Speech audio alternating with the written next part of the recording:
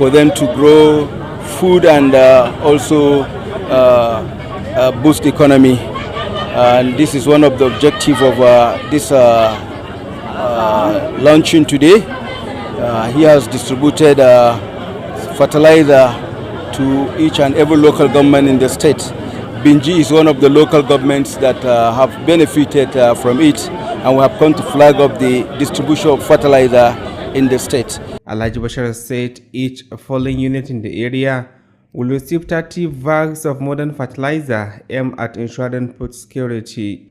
The chairman praised Governor Ahmad Ali Sokoto for providing famine-free fertilizer to boost agricultural production in the area and ensure food security for the people of the state, as agriculture is one of his 9-point agenda. Address the issue of food insecurity that we have in the state, in the whole country, as part of his own small effort to help the farmers and also to help the citizen the indigenous of Sokoto State to have abundance food in the state.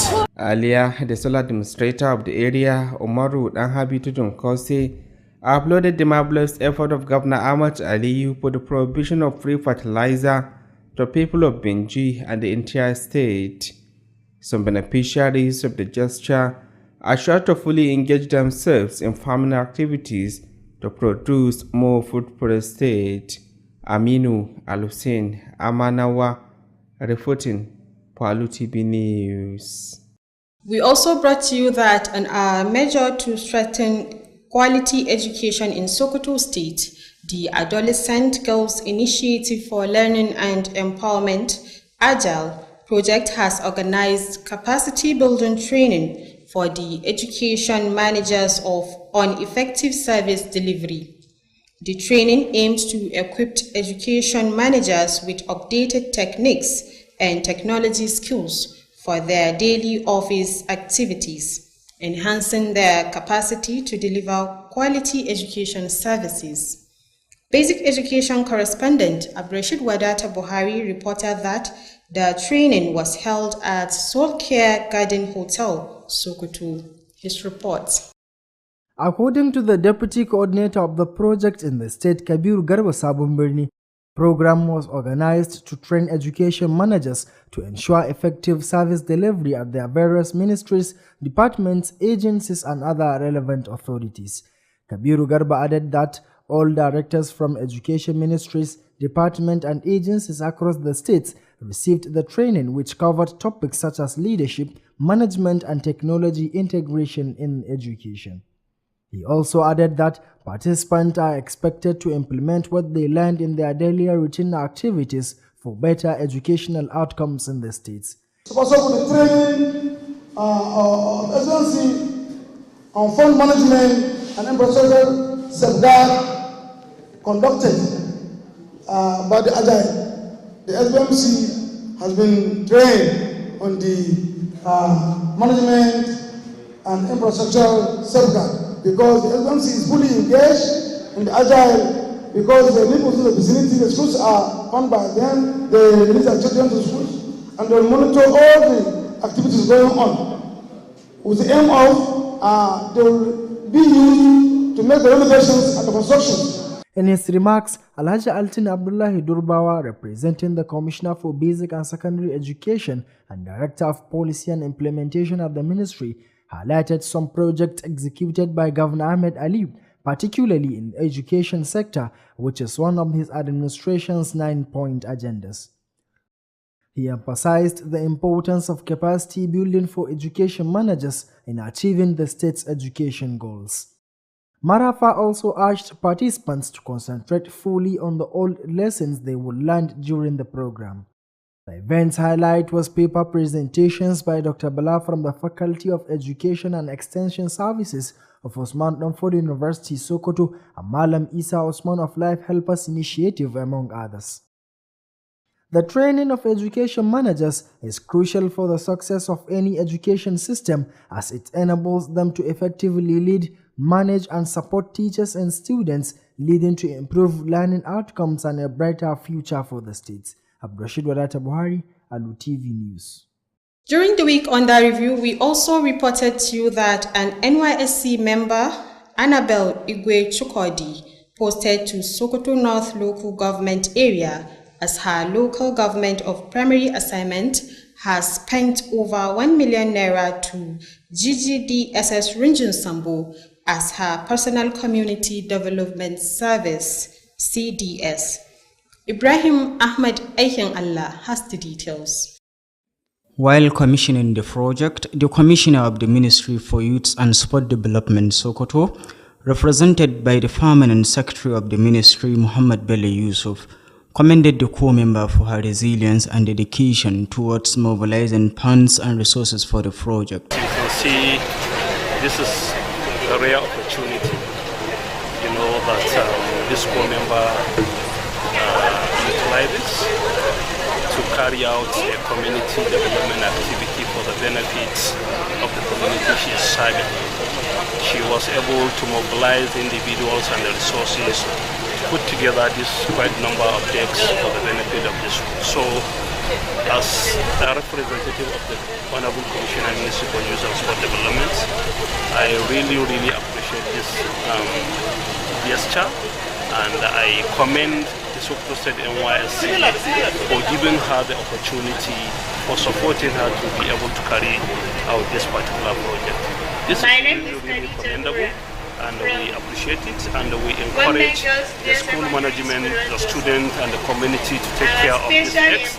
The co-member Annabel Igwe Chikawodi is an indigene of Enugu State and a graduate of Bachelor of Art English from Nnamdi Azikiwe University.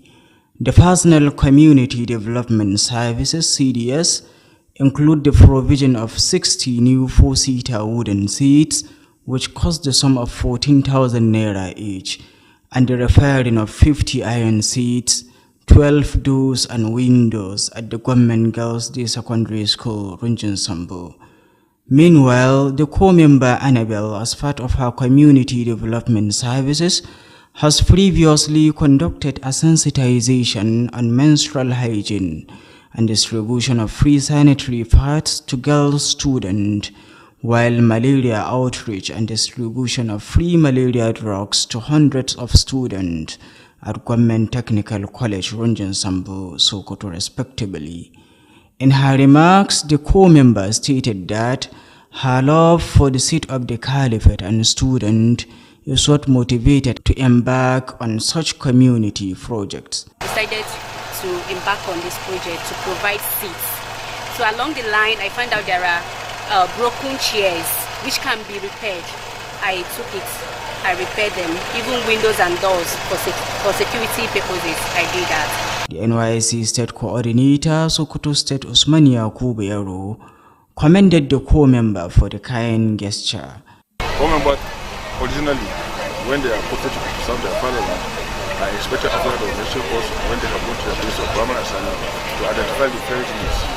There are the challenges of the community. They should be able to identify in the 2, 3, 4 months where they are staying, identify their parent needs, and see how they can analyze their talents, so that they will be able to work on that group and impact positively to the life of their host community. So they are expected to leave their community better than they left it. So that is the relevance why co-members are being urged or are being watched. Advised to distinguish them themselves. On the part of the beneficiaries, the principal of the school, represented by the vice principal admin Malama Zainab Bala, appreciated the co-member for the humanitarian service. Ibrahim Ahmed Aiken Allah, Alu TV News. However, we brought to you that the governor of Sokoto State, Ahmed Aliyu, has again warned against construction of structures and refuse dump on the waterways to prevent another flood disaster in the state. He gave the warning while receiving reports of the State 2024 Flood Control Committee set up by the state government recently. Nasir Abubakar Kiri has more on the story. Governor Ahmad Aliyu said the state government has done its part by ensuring routine desilting of drainages to control and minimize the disaster. Aliyu, while sympathizing with the victims of recent flood across the state, pledged to provide them with relief materials to mitigate the impact of the state of the monumental loss. He thanked the members of the committee for accepting to serve in the committee and conducting good work within the time frame. I want to appeal to the general public to desist from building or dumping refuse in waterways, which is one of the ways discovered by the committee caused this flooding in the states. I thank the committee and the members of this committee, and I want to assure you that government will study the recommendation, and inshallah we will take appropriate action. Chairman,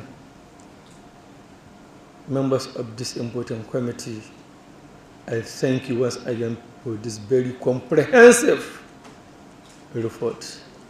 Thank you, and God bless you all. Presenting the report earlier, the chairman of the committee, Bello Idris Chimola, said they have identified 22 out of the entire local government areas as was affected during this year's flood. Chimola, who doubled as the majority leader to the Sokoto State House of Assembly, said their assessments found over 1,351 communities submerged, including about 15,000 houses and several farmlands. The lawmaker said the committee, however, came up with various recommendations for the critical stakeholders to intervene. Your Excellency, the committee has conducted a comprehensive assessment of the magnitude and intensity of the flood disaster in the 17 local government areas of the state. Information and data on the flood-prone areas affected farmlands, crops, livestock, and fisheries were obtained from the various local governments. Most of the affected areas were visited by a committee to validate the existing data. The 17 local government areas predicted by NISA and NIMAT, 5 additional local government areas of Ilela, Gada, Gudu, Yabo, and Tangaza have been reported to have severe cases of flood. Therefore, they were added in its areas of study and visit. The total number of the affected local government areas is 22 out of 23. The only local government not reported to have severe case of flooding this year is Dengishuni. Sokoto State was among over 20 states of the Federation warned by the 2 main hydrological agencies as flood-prone states during this year's rainy season. Reporting from Government House Sokoto, I am Nasir Abubakar Kili. Meanwhile, the governor of Sokoto State, Ahmed Ali Sokoto, has approved 14,000 fresh beneficiaries of the 3.2 Fund Support Initiative. The governor gave the approval while flagging off the Sokoto's NG Care Support Disbursement Program. Government House correspondent Nasir Abubakar Kiwi reported that the program was launched at the Conference Hall of Sultan Muhammad Matshidu Institute for Quran and General Studies, Sokoto. His report. During the symbolic disbursement of the grant, Governor Aliu underscored the collaboration between the state government and the World Bank NG Cares initiative, saying it was significant in providing relief support following the COVID-19 pandemic and fuel subsidy removal. He berated the immediate past administration for underperforming woefully in commitment to empowerment and intervention programs. Governor Aliu said his administration had already earmarked 2.4 billion naira for the enrollment of an additional 14,000 beneficiaries into the program. He reiterated the contributions of his administration and resolved to continue to promote innovation and socio-economic development in the state, including the reconstruction of the burnt Sokoto Central Market. Ladies and gentlemen, I am glad to inform you that under my administration, SOSMEDA has received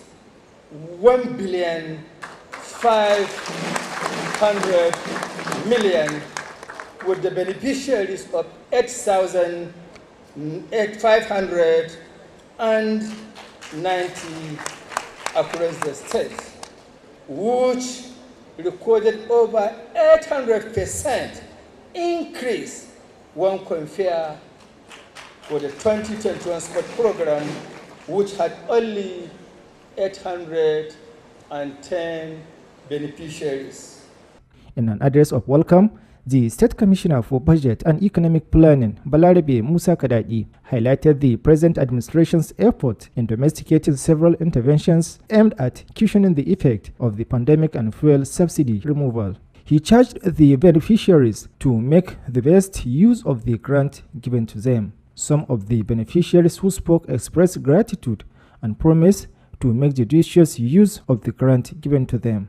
The program, which targets less privileged and vulnerable, has 3 categories, including 500,000, 200,000 and 100,000 Naira beneficiaries, respectively. I want to show my sincere thanks to Governor of Sokoto State, the Executive Governor of Sokoto State, Alhaji Dr. Ahmad Ali Sokoto, for making Sokoto State greater again. Reporting from Government House, Sokoto, I am Nasir Abubakar Kiri. On the week under review, we told you that staff of Sokoto State Ministry of Animal Health and Fisheries Development has been urged to work hard in harmony and cooperate together for the achievements of the ministry. The outgoing commissioner of the ministry, Alhaji Aliyu Abubakar Tureta, made the statement in his farewell message during the handing over of the affairs of the ministry to the permanent secretary, Alhaji Abubakar Muhammad Yabo. Our reporter Abubakar Tauba has more on the report. Alhaji Abubakar Muhammad Yabo, also a permanent secretary to the ministry, while speaking, said the purpose is to show appreciation for the outgoing commissioner as he is contesting for a local government chairman in his area, the Tureta local government. Yabo added that the ministry and the entire staff will miss the outgoing commissioner because of his dedication and the humbleness exhibited and the numerous achievements so far recorded in less than 2 years in the ministry. He prayed Almighty Allah to help the outgoing commissioner and give him the courage to make a better start wherever he finds himself. But at least, just to say, Alhamdulillah, Allah will appreciate you. We thank you. We appreciate the leadership of the Right Honorable Aliyu Abubakar Tureta, who came here and make a positive impact despite his very short stay. Speaking shortly, Alhaji Mansur Muhammad, the Director of Fisheries of the Ministry, testified that he has spent over 35 years in the ministry. But Alhaji Aliyu Abubakar Tureta is a kind of person who perseveres, kind, and is the man whose door is always open. That I've been here for the past 32 years. And Honorable Commissioner Tureta was one of those commissioners that is kind-hearted, that is quiet, that is unassuming. On his part, the outgoing commissioner and the Tureta local government APC chairmanship candidate, Alhaji Aliyu Abubakar Tureta, appreciated the Sokoto State government and the Sokoto State APC leader, Senator Aliyu Magataka Damako, for finding him worthy and made him the commissioner to the ministry almost 2 years. According to him, he will never forget the ministry and the entire staff who supported him while in the health of affairs of the ministry. Extend by profound gratitude to Allah subhanahu wa ta'ala, who is infinite mercy, who takes this day when I will hand over the affairs of this ministry to the permanent secretary of the ministry. As it was said by the past speakers, really, I'm not leaving you. I'm just leaving you physically, but in mind, we should be together, inshallah. He therefore urged the entire staff to support the Permanent Secretary of the Ministry for the Development of All. The handing over had in attendance Sokoto State Commissioner of Agriculture Bello Muhammad Wamako, Deputy APC Chairman Alhaji Hassan Bello Dangote, among others. Bakar Toba reporting for Alu TV News. On the week, we also told you that MAP International and LEAP International has donated drugs and other medical facilities worth 1.6 billion naira to enhance the large efforts made by the government of Sokoto and Kebbi State in the health sector. Ibrahim Ahmed Aikin Allah reported that the intervention program was flagged off by the Emir of Argungu, Alhaji Samaila Muhammad Mira. His report. While receiving the drugs and medical facilities, the Commissioner of the Ministry of Health, Sokoto State, Haja Asabi Valarabi, represented by the Director General, Sokoto State Drugs and Medical Supply Management Agency, Pharmacist Umar Attahiru, commended the donors and Sultan Foundation as well as the collaborative partners for providing the drugs worth $1 billion of naira. He also stated that the state government will ensure proper utilization of the facilities and the drugs will properly be distributed to the indigents of the state free of charge. While flagging of the distribution exercise, the Emir of Argungu, Alhaji Samaila Mira Muhammad, who is also the coordinator of the Sultan Foundation, said, Ever since we've been working with multinational NGOs and similar associations across the world to provide the little we can to promote welfare, well-being, and peace and progress in Nigeria. So this support we got is one out of so many that we have received in the past, that we have within our capacity also. The drugs and medical facilities worthy of 1.6 billion naira were donated by the two donor agencies through the Sultan Foundation as an implementing partner to the two state governments, Sokoto and Kebbi. And today they have handed them over to the governor to comprehend their efforts made by the government. The representative of the Kebbi State government, Dr. Shehu Nuhu Koko, who is also the permanent secretary of the Ministry of Health, Kebbi State, appreciated the donors and the Sultan Foundation for the kind gesture. Which are up to a container and are really in millions. We are grateful to them. We are grateful to those who have brought them to make this donation, that is the Sultan Foundation and other governmental organizations as well as the state government who have helped in ensuring that this gesture has reached us directly for us and for Kebbi State. So I'm really very, very grateful. The items distributed include consumable drugs and medical facilities to ease the expenses of transporting the items and make them directly free to the beneficiaries. The federal government of Nigeria, according to the Emir, waived the sum of 250 million duty for the foundation.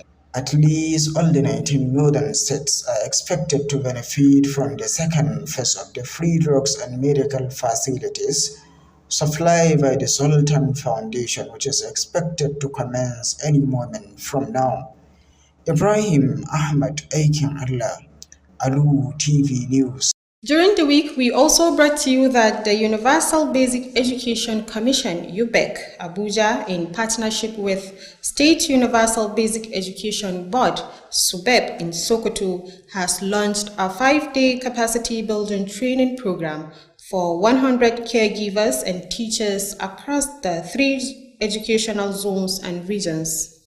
The training focused on inspired play-basic learning approaches aims to enhance the teaching skills of primary school teachers in Sokoto State. Our correspondent now reports. Education is a crucial factor in a child's success, and primary school teachers play a vital role in providing a solid foundation. To enhance their capabilities, a capacity-building training program has been designed for primary school teachers.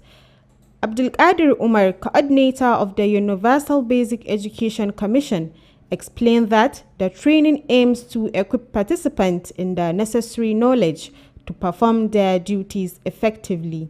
Well, this training is a fair training and it's end of, equipping the participant with necessary knowledge they need to know in order to be able to confidently discharge their duties as expected of them. As you know, this training is very important because ECCD is the first foundation of child development education. So you need to build a good foundation for the children from there to primary, from primary to secondary up to tertiary institution. I think that is the impact that this training is going to make to the teachers, inshallah. The executive chairman of the State Universal Basic Education Board, Alhaji Umar Nagwari Tambuwal, represented by Tukur Abdullahi, emphasized that improving teacher standards is essential for enhancing the quality of education in the state. Executive Chairman Alhaji Umar Nagwari Tambuwal is very ready to give his contribution to the development of education in the state in any form, especially this issue of ECCDE, that as a foundation of education in the state. Director ECCD has said many, which include giving him all opportunity to ensure that he train and retrain, our ECCDE caregivers. That's what we are here for. This program, like I said, is targeting about 100 caregivers across the state. Meanwhile, Muhammad Bello Garba, Director of Early Child Care Development Education, ECCDE, at State Universal Basic Education Board, stated that building the capacity of school teachers will improve teaching quality and educational activities in the state. He added that the training will be conducted in 3 zones: Central, Western, and Southern. Appreciating the efforts of the Sokoto state government in addressing education, which is also a key aspect of the governor's agenda. The essence of this program is to train and retrain teachers who are training the children in their respective primary schools across the state. We have 3 centers: Central Zone, Western Zone, and Southern Zone. All the 3 centers, people were there training based on their own respective. Here we have 45, where we have 40 caregivers. The other center at Godabawa, they have 30. The other center at Yabo, they have 30. Aisha Abdullahi Aminu, Alu TV News. That's the end of our this week's review. On behalf of the news editor and the entire production team, I am Aisha Abdullahi Aminu saying stay tuned for the Hausa version coming up shortly. Thanks for watching.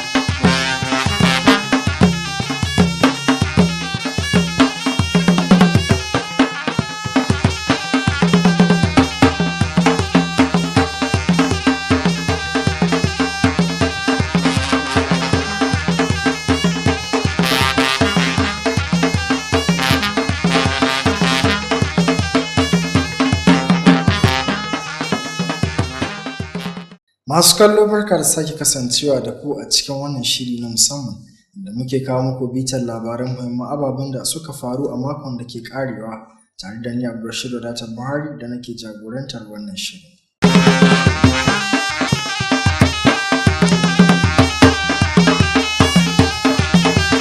To a wannan mako ma za mu yaye kallabin da labarin da ke cewa an yi kira zuwa ga ɗaukacin manoman da suka amfana da shirin na bayar da takin zamani a kyauta wanda jihar Sokoto ke samarwa na ƙaramar hukumar mulkin Binji da su yi amfani da waɗannan ababen da aka ba su domin samar da isasshen abinci a yankin da ma faɗin jihar baki ɗaya.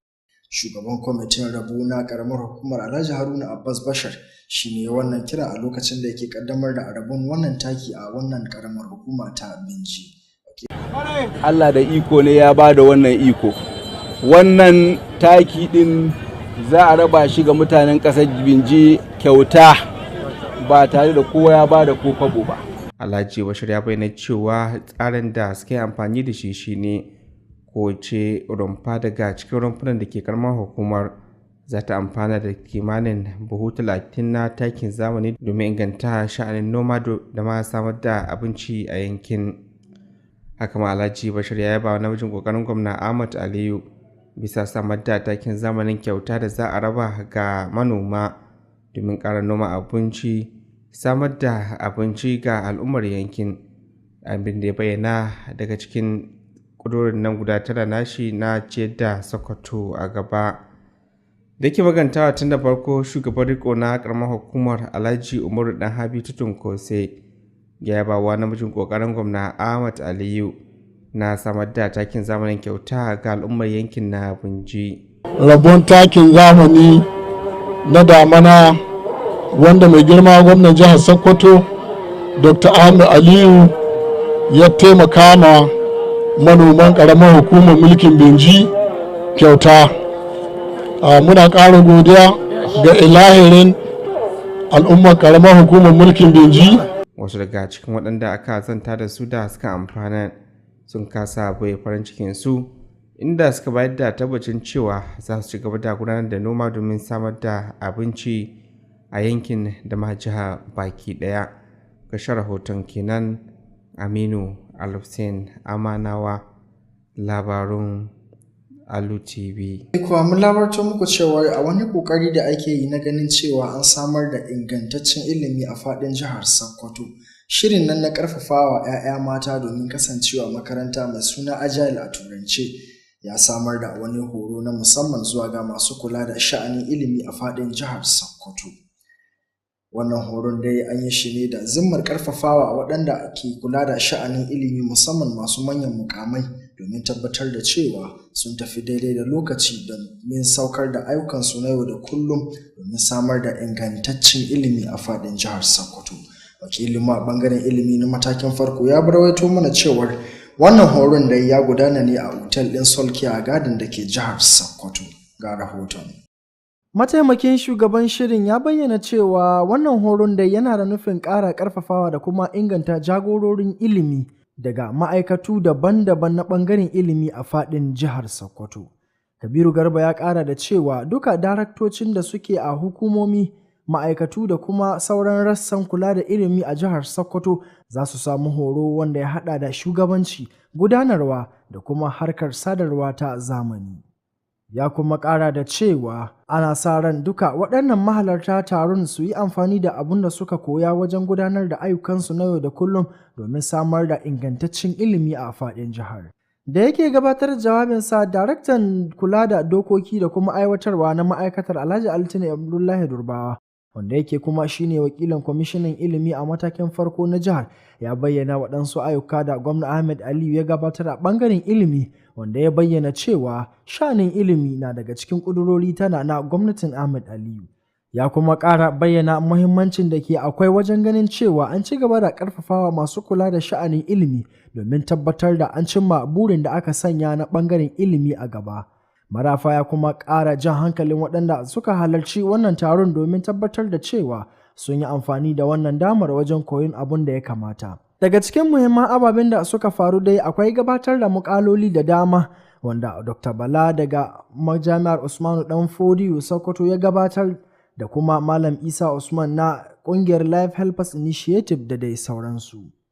Samar da horo dai ga masu kula da sha'anin ilimi na daga cikin abin da zai bayar da nasara ƙwaƙƙwara ga sha'anin ilimi, wanda zai ba su damar ci gaba da jagoranci, gudanarwa da kuma tabbatar da suna bayar da haɗin kai da goyon baya da inganta sha'anin malamai da kuma ɗalibai, wanda zai yi jagora zuwa ga cimma nasarorin da aka sanya a gaba domin samar da gobe mai kyau ga faɗin jihar Sokoto. Abdulrashid Wadata Buhari, labaran Alu TV.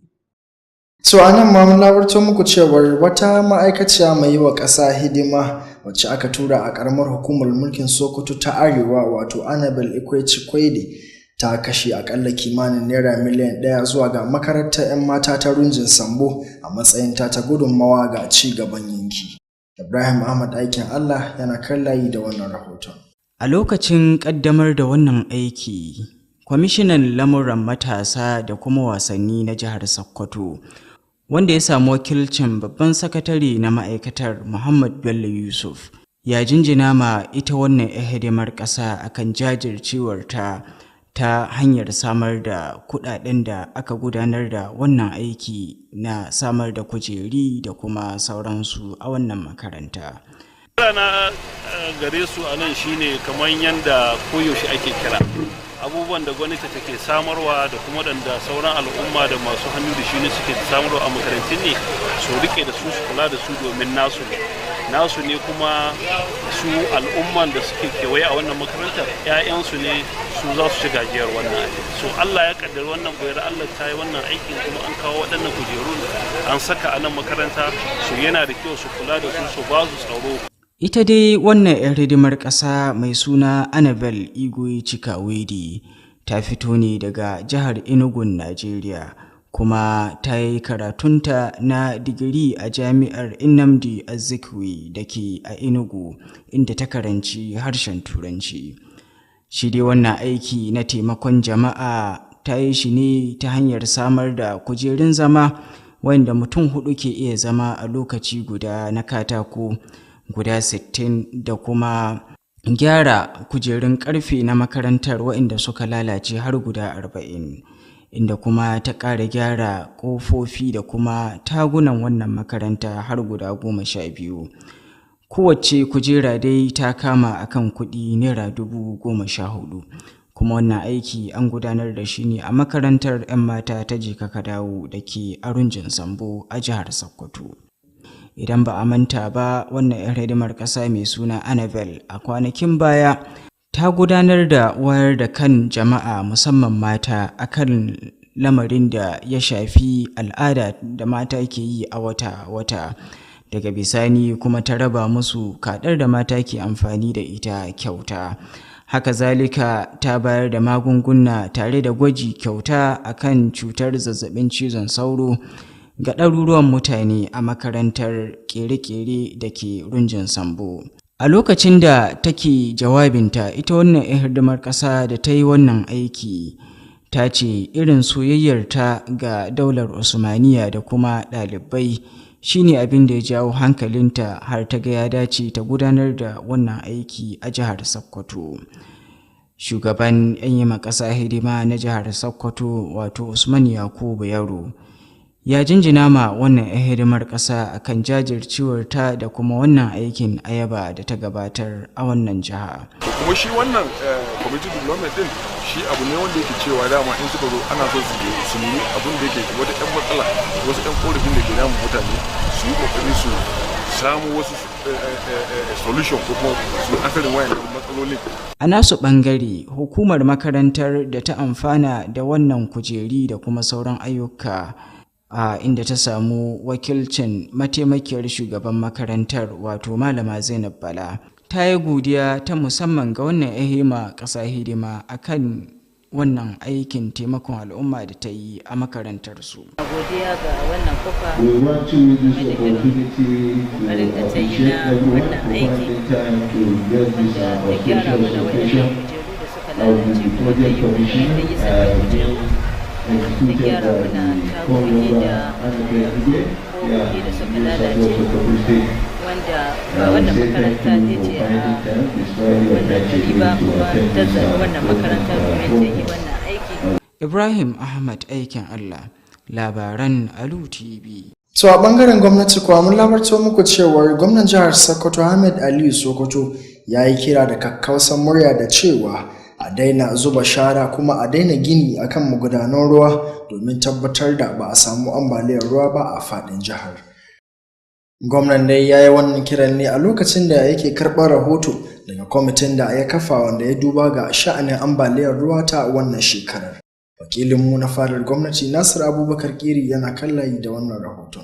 Gwamna Ahmad Aliyu ya ce gwamnatin jihar Sokoto ta yi nata ƙoƙari ta hanyar ɗorewa da yashe magudanun ruwa domin shawo kan duk wata ambaliya, duk wani ibtila'i ko ambaliya a cikin jihar nan. Gwamna Aliyu a daidai lokacin da ya jajantawa waɗanda lamarin ya rutsa da su, ya kuma yi alkawarin samar da kayan tallafi domin rage hasashen wannan hasarar da suka tafka. Ya gode wa mambobin kwamitin akan aminta su yi aiki cikin sa tare da gudanar da aiki mai kyau a kan lokacin da aka ɗeba musu. Ina son yi kira da babban murya ga al'ummar jihar Sokoto mu guji yin ginoni a bisa magudanan ruwa, mu guji yin ginoni a wuraren da an ka tanada domin zuba shara a faɗin wannan jiha. Kamar yadda kwamiti tantance waɗannan abubuwa biyu suna ɗaya da cikin abubuwan da suka kawo wannan ambaliya da aka samu ta ruwa. Mun yi akacin ƙoƙarinmu ta hanyar cewa mun ba da dama duka an yashe magudanan ruwa, amma saboda wannan zaman da aka yi na gina a bisa kan hanyar ruwa da kuma gina aka yi da aka tanada na shara, Allah ya sa wannan abu ya afku. Tun farko da yake gabatar da rahoton, shugaban kwamitin Bello Idris Cimola ya ce kwamitin su ya gano akalla yankunan ƙananan hukumomi 22 daga cikin 23 na jihar nan duk sun fuskanci mummunar ambaliya a wannan shekarar. Cimola, wanda ke sanye da huluna biyu a matsayin shugaban masu rinjaye na majalisar dokokin jihar Sokoto, ya ce binciken nasu haka ma ya gano akalla garuruwa 1,351 da ambaliyar ta mamaye, ciki kuwa har da wasu gidaje akalla 15,000 da ta daidaita da ma kuma amfanin gona. Su ne akwai mahita wadda ake ganin kamar ta yanzu wadda za a taimaki jama'a, mutane da sun kasalwantar da gidajensu, a taimaka musu da abinci, a taimaka musu da kuma wurin matsugunni, a taimaka musu da wurin kwana, a taimaka musu da kuma kayan magani, a taimaka musu da ainihin wurin zama da sauransu. Sannan waɗanda ke noma cikinsu su kuma a taimaka musu da iraruwan noma da ainihin takin zamani da wasu abubuwa na noma kamar irin su hanhunan noma da dai sauransu. To waɗannan da su ne a ainihin abin da mutane ke bukata yanzu. Majalisar ya ce kwamitin ya bijiro da shawarwari akan matakan da ya kamata masu ruwa da tsaki su ɗauka domin shawo kan wannan matsalar.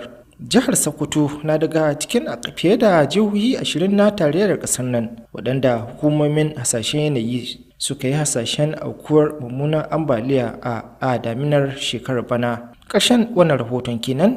Nasir Abubakar Kiri daga fadar gwamnatin jihar Sokoto. So anan ma dai mun labarto muku cewar gwamnan jihar Sokoto Ahmed Aliyu Sokoto ya amince da sake daukar mutum 14,000 waɗanda za su amfana da shirin nan na 3.2 wato 3.2 Fund Support Initiative a turanci. Gwamnan dai ya bayyana hakan ne a lokacin da yake jagorantar kaddamar da rabon tallafin na shirin NGKS a jihar Sokoto.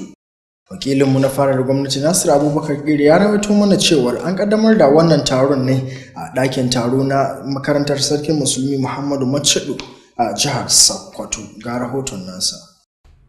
Da yake jawabi yayin hannunta tallafin ga waɗanda suka amfana, gwamna Aliyu ya bayyana matukar tasirin haɗin gwiwa a tsakanin gwamnatin jiha da shirin NGKS na bankin duniya, wanda ya bayyana cewa yana da matukar alfanu wurin shawo kan kalubalen da aka fuskanta sakamakon annobar COVID-19 da kuma janye tallafin man fetur. Ya bayyana damuwa akan yadda gwamnatin da ya gada ta gaza ta haujin saka kuɗi ga shirye-shiryen haɗin gwiwa. Gwamna Aliyu ya ce gwamnatinsa yanzu haka ita kam ta ware zunzurutun kuɗi naira biliyan 2.4 domin daɗa wasu ƙarin mutane 14,000 da za su ci gajiyar wannan shirin. Haka ma ya jaddada dukufar gwamnatinsa wurin ci gaba da fito da tsare-tsare na bunƙasa ci gaba da tattalin arzikin jihar Sokoto, ciki kuwa har da yunkuri na sake gina babbar kasuwar Sokoto wacce ta ƙone.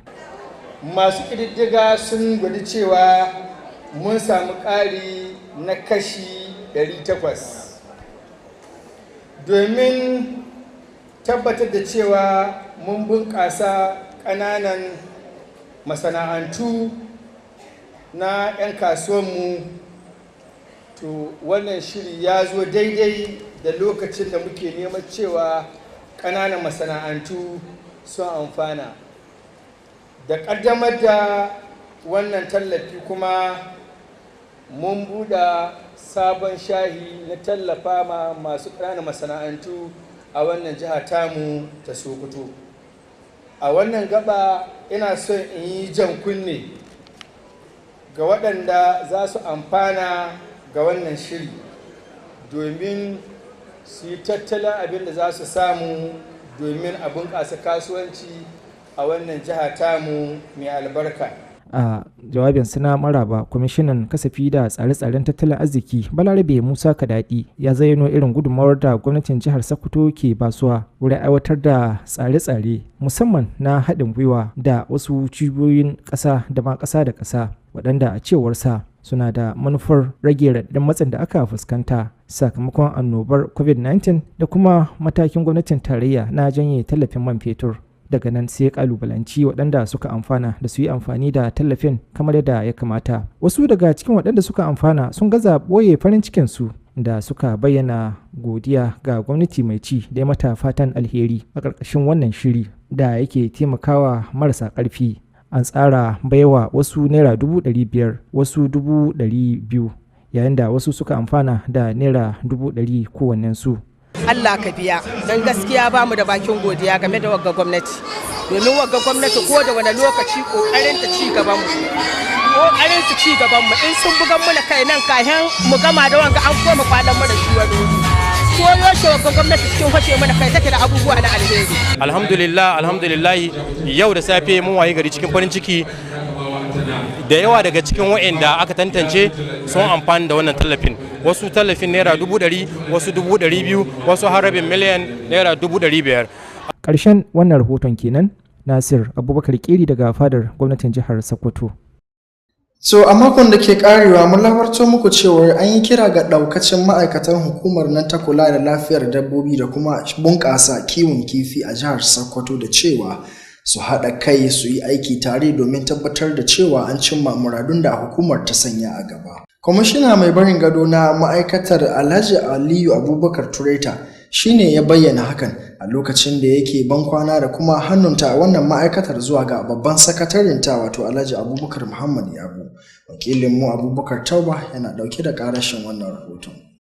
Alhaji Abubakar Muhammad Yabo wanda kuma shine babban sakatare a ma'aikatar a yadda yake jawabi ya bayyana cewa makasudin taron da shine domin su nuna jin daɗin su da godiya ga kwamishinan mai barin gado wanda kuma shine ɗan takarar shugaban karamar hukumar mulkin Tireta. Ya bayyana cewa ma'aikatar da dukkanin ma'aikatanta za su yi alhinin rashin kwamishinan saboda jajircewarsa da kuma kawaicinsa haɗi da ƙoƙarinsa da kuma manyan ayyukan da ya samar a lokacin da ya shekara 2 yana kwamishina a ma'aikatar. Ya roƙi Allah da ya taimake shi ya kuma kama masa a lokacin da ya tsinci kansa domin gudanar da ayyuka cikin sa'ida da salama. Shi aikin gwamnati ba ya tsayawa don wani da only thing abin da ke faruwa yau abu ne wanda ka zauna tare da mutum kuma kun rabu da shi rabuwa ba ta da daɗi.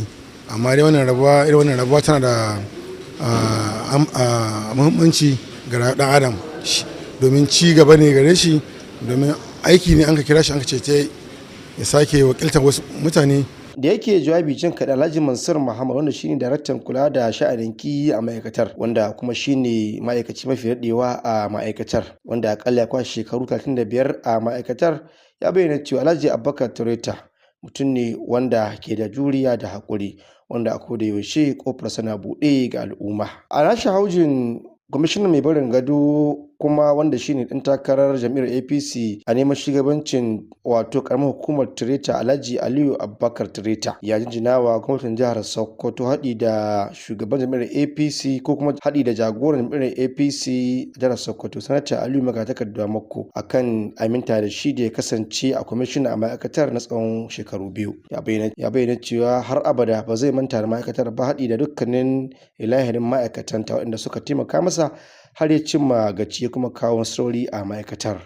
Wannan ma'aikatar ta koyar da dabbobi da muka kiwon kihi, amma sai ne ga saboda daɗin da zama da jama'a wannan ma'aikatar wannan wurin sai ne kamar wata 2 ne ko 3 ne lokacin ya yi kusan karewa, kuma alhamdulillah da yake wurin aiki na zanda kuma ba saki ne ba ko kuma kwartan ba, na bai wannan zan bar nan ne wani aikin in ta zuwa wani aiki wanda kuma mai gwamna da shi da jagoran mu sanata su suka ce in zo in wani aikin. To alhamdulillah gaskiya yau kan na ban ji daɗi ba na barin wani abu ka aiki na wannan wurin, saboda aikin da muka sai tare su muna yin komai daidai, babu tashi hankali, babu wata rigima, komai taho za mu zama na mahi tare cikin kuma mu kashi tare. Bisa haka ya yi kira gare su da su ba da goyon baya ga babban sakataren a halin yanzu domin ci gaban al'umma. Taron dai na bayar da lamuran ma'aikatar ga babban sakataren ya samu wakilcin kwamishina ma'aikatar gona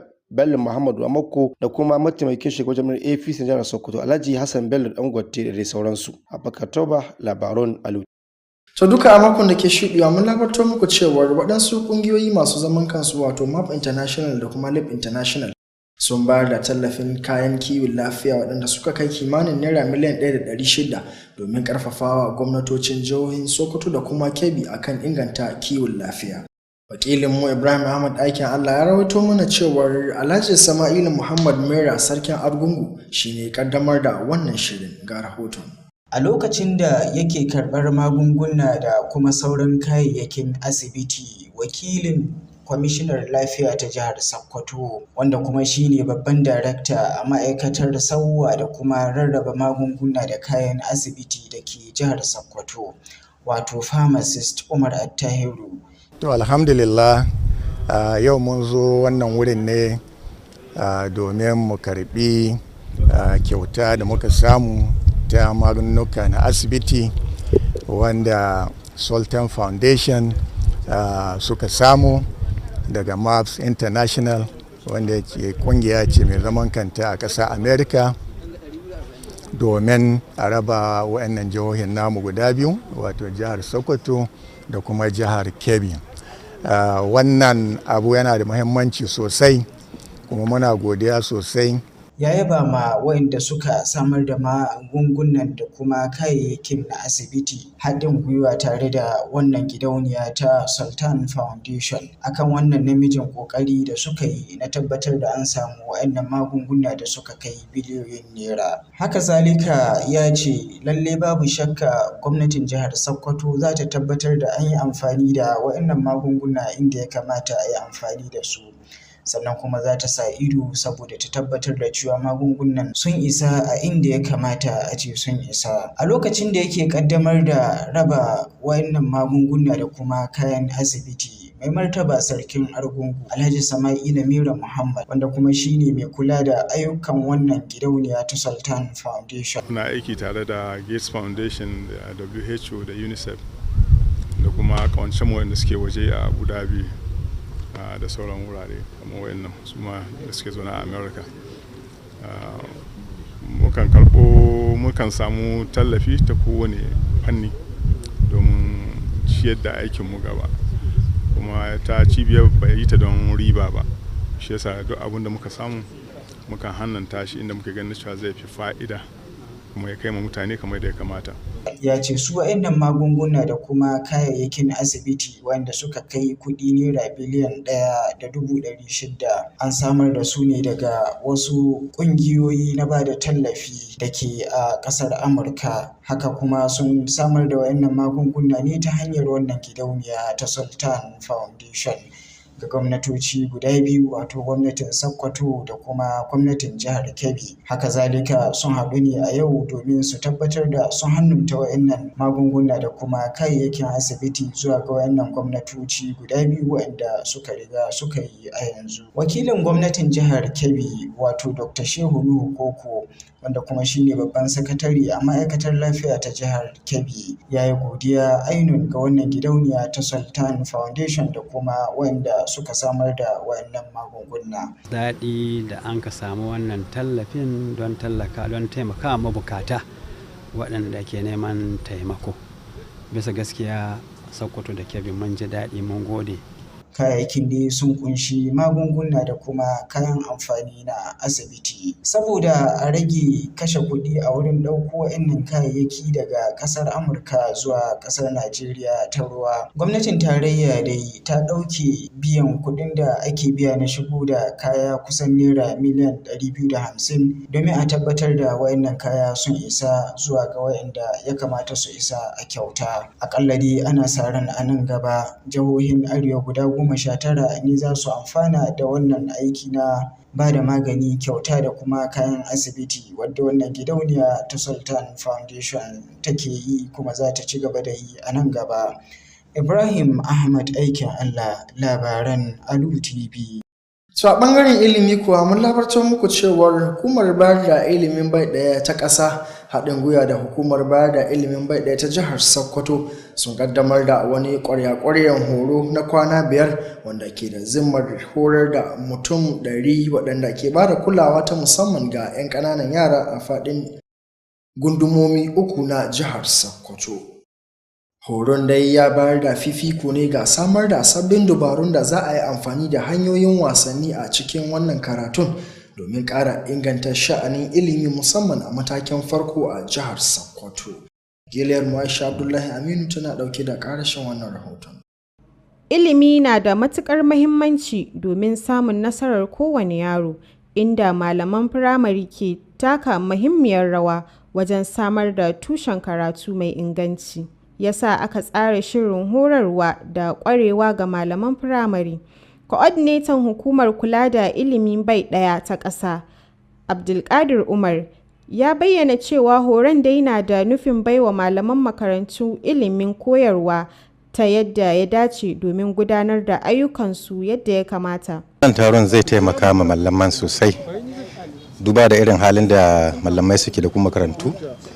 Zai taimaka sosai, kuma duba da ganin cewa wannan shine horo wanda zai ba da dama su ƙara ƙwarewa wajen ɗabbaka ayyukansu. Early Child Development Care Development wato shine karatu na farko, ko kuma in ce shine foundation wanda shine na farko, wanda kafa wadda yaro zai fara samun ilimi daga nan zuwa primary school har kuma zuwa secondary har zuwa kuma tertiary institution. So ke ga wannan ginin yana da ginshikin, yana da muhimmanci sosai. Shugaban hukumar bayar da ilimin bai ɗaya ta jihar Sokoto wato SUBEB, Alhaji Umaru Nagwari Tambuwal, wanda Tukur Abdullahi ya wakilta, ya jaddada cewa samar da ingantattun malamai na da matukar muhimmanci wajen inganta ilimi a jihar. Sanadiyar hakanan yasa yana da ilimi, yana da sha'awa da zeal na shi ba da goyon baya ko shi ba da gudunmawa na duk wani program da aka ce za a yi wanda shi ilimi, musamman irin wannan da ya zama na ƙarin capacity building, na ƙarin haske ne ga malamanmu da ke makarantu da ba. Shi yasa sai da aka escort kamar Director EC da ya bayani, ya escort da wannan bayani, bai yi ƙasa a gwiwa ba, ba shi dama a je a shirya daga kowane local governments including central ita kanta, don a ba su training, zai ba su damar da su kula da 'yan ƙananan yaranmu a makarantun ne. Da yake bayani, Muhammad Bello Garba, Daraktan ilimin ci gaban yara ƙanana na hukumar ilimin bai ɗaya ta jihar Sokoto wato SUBEB, ya bayyana cewa gina malaman makarantu zai haɓaka koyarwa da ma inganta harkokin ilimi a jihar. Ya ƙara da cewa za a gudanar da horon ne a yankuna 3 da suka haɗa da tsakiya, yamma da kudu a jihar. Ya jaddada ƙoƙarin gwamnatin jihar Sokoto wajen magance matsalar ilimi, wanda kuma yana ɗaya daga cikin ƙudurorin gwamnan. Wannan taro an yi shi ne domin a ilmantar da malaman da ke karantar da ƙananan yara da bakin shekara 1 zuwa shekara 4 waɗanda ke karanta su a makarantu ne daban-daban a jihar Sokoto. An buɗa shi ne a zon guda 3 nan central, Gwadabawa tana can suna nasu, Yabo kuma suna can suna nasu, dukkan su gaba daya za a koyar da malamai guda 100 domin inganta halin rayuwar karantarsu su game da wannan yanayi na ACCD. Aisha Abdullahi Aminu, labaran Alu TV. So duka iya abin da muka samu damar kawo muku kenan a wannan makon, da fatar kun ji daɗin kasancewa da mu. Idan haka ne ku tare mu wani mako domin jin ababen da za mu zo muku da su. A madadin waɗanda suka taimaka domin ganin wannan shirin ya zo muku, ni Abdulrashid Buhari nake cewa mu kasance lafiya.